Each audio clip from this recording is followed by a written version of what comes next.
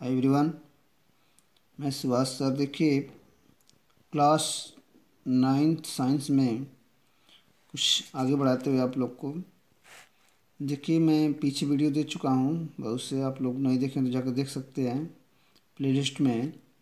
देखिए, पहला प्रश्न यहाँ पर है, किसी पिंड के जड़त्व की माप किस राशि से की जाती है, इसका मात्रक लिखिए। छोटे छोटे प्रश्न है, आप लोग वन लाइनर, इनको आसानी से पढ़ सकते हैं। जड़त्व की माप पिंड के द्रव्यमान से की जाती है।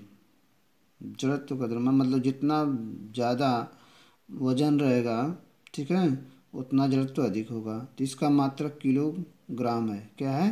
किलोग्राम। जड़त्व जड़त्व का मतलब जैसे अपने स्थान पर वो धुरी पर रहे, ठीक है, उसको घुमाए तो घूमे, लेकिन जितना द्रव्यमान अधिक होगा उतना बल क्या लगेगा? अधिक लगेगा। अगला है, वाह्य बल की अनुपस्थिति में किसी वस्तु की प्रवृत्ति क्या होती है। बाह्य बल की अनुपस्थिति मतलब बाह्य बल कोई न लगे तो वस्तु क्या करेगा? तो वस्तु की अवस्था नहीं बदलेगी, अपने आप उसी अवस्था में बना रहेगा। तो हम इसको कह सकते हैं, वस्तु में अपनी विराम अथवा एक समान गति की अवस्था को न बदलने की प्रवृत्ति होती है।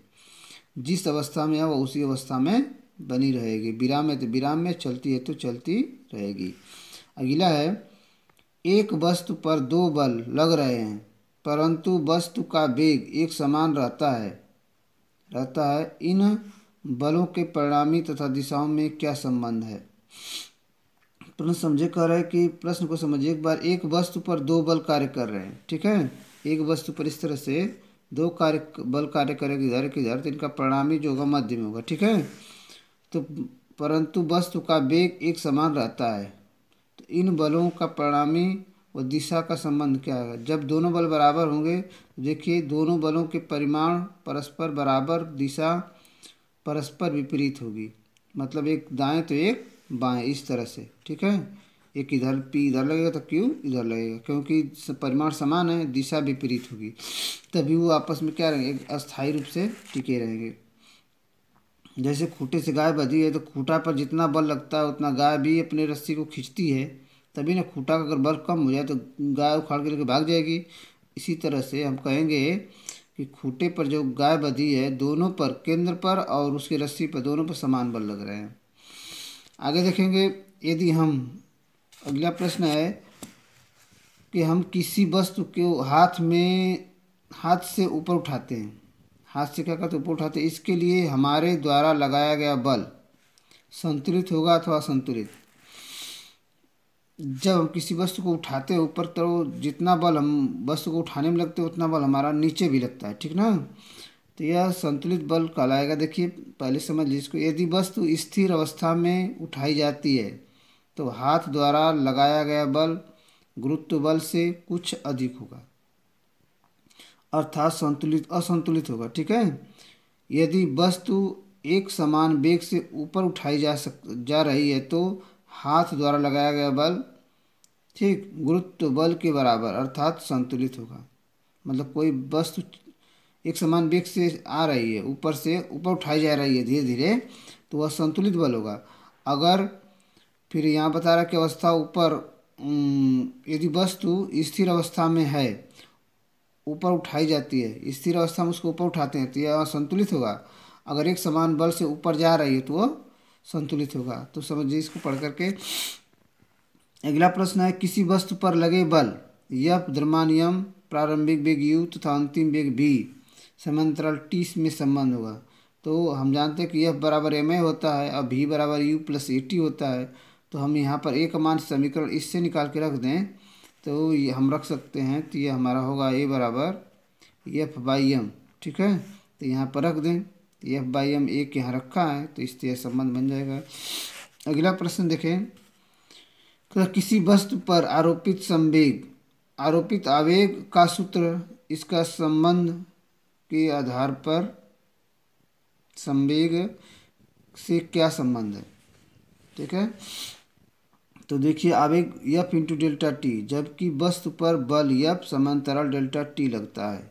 और आवेग का हम लिख सकते हैं संवेग में परिवर्तन F इंटू डेल्टा टी बराबर डेल्टा पी।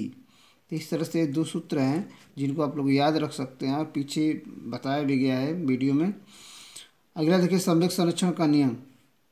यदि एक वस्तु, देखिए यदि एक या एक से अधिक वस्तुओं के निकाय पर कोई बाह्य बल आरोपित न हो। देखिए तो कुछ प्रश्न यहाँ पर और हैं, दो चार कर लीजिए।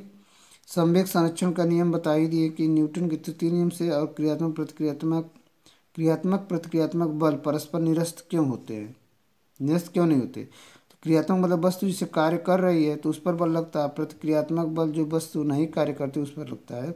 परिमाण में समान तथा दिशा में विपरीत परस्पर होते हैं। ठीक है, कह रहा है परिमाण में समान होंगे, दिशा में विपरीत होंगे, तो ये बल निरस्त नहीं होते। ठीक है, क्योंकि दो वस्तुओं पर भिन्न भिन्न लगते हैं। अगला है बल की माप गति के किस नियम के आधार पर की जाती है। गति के द्वितीय नियम के आधार पर की जाती है। बल की माप जो होती है गति के द्वितीय नियम पर की जाती है। अगला संवेग परिवर्तन की दर क्या है। संवेग परिवर्तन की दर संवेग परिवर्तन बटा के समांतराल, या इसको हम द्रव्यमान गुणे वेग परिवर्तन बटा के समांतराल लिख सकते हैं, या इसको हम लिख सकते हैं द्रव्यमान गुणे त्वरण। ठीक है, तो इस सूत्रों से हम परिवर्तित कर सकते हैं, इसको हम बल कहते हैं। अगला है भार का मात्रक, SI मात्रक लिखिए। तो भार का मात्रक मतलब बल न्यूटन और किलोग्राम मीटर पर सेकेंड स्क्वायर। आज के इतना ही। एक प्रश्न ये छोटा सा देख लें, आपके लिए होगा। 6 किलोग्राम द्रव्यमान की किसी गेंद में 4 मीटर पर सेकेंड स्क्वायर का त्वरण उत्पन्न करने के लिए कितने बल की आवश्यकता होती है। तो हम जानते हैं कि बल बराबर द्रव्यमान गुणे त्वरण। तो 6 किलोग्राम गुणे 4 किलोग्राम, द्रव्यमान m और त्वरण a, तो ये बराबर MI से। तो ये 6 चौक 24 न्यूटन हो जाएगा, या मीटर पर सेकेंड स्क्वायर, किलोग्राम मीटर पर सेकेंड स्क्वायर भी लिख सकते हैं। तो आज की वीडियो में इतना ही, फिर अगली वीडियो में मिलेंगे। धन्यवाद।